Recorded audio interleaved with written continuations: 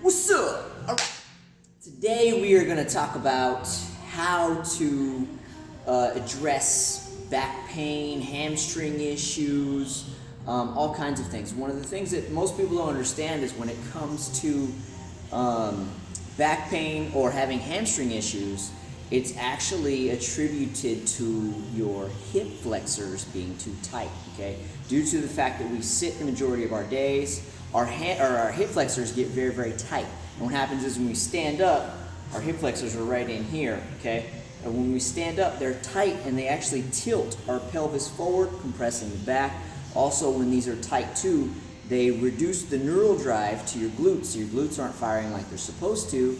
So your hamstrings start to become, they start to work a lot harder to compensate for the glutes not firing, and then you end up with a hamstring overuse injury, pulled hamstring, because of the, it's basically doing what it's not designed to do. It's not designed to be the prime mover, but whenever your hip flexors are tight, it starts to become that. So I'm going to show you how to roll out the hip flexor, which I looked everywhere for this and I can't find it anywhere, so I'm going to make my own video. So it's real simple. You're going to find your hip bone right here in front. Okay, right here in front is a hip bone. Right inside here is your hip flexor muscle. We're going to put some stuff right in there to break this down, so that way we can relieve this and loosen it up and break up that soft tissue, so that way your pelvis can align and you can relieve the back pain and get everything firing like it's supposed to, so your glutes can fire better as well too.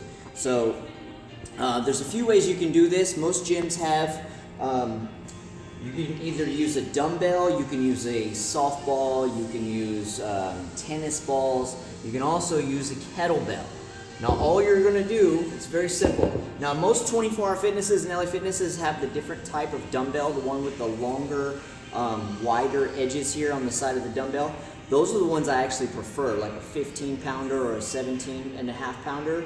They're a little bit wider right there and they stand a little taller. They'll dig in there a little deeper than this will. But this is the only one I have available, so I'm going to demonstrate on this one. So all you're going to do is, like I said, you're going to find your hip bone here, and we're going to break up the muscles right inside of that. So all you're going to do is just lay down on top of this, just like this.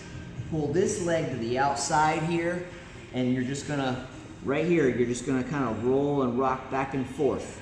Make sure it's right inside that hip bone, and you're going to feel it. It's going to be really, really tender. It might even be really painful, but you got to break that up. So that is, you want to spend a good, it may take you anywhere from 90 seconds to break it up to half an hour, depending on how tight your hip flexors are. So that's how you fix your hip flexors. So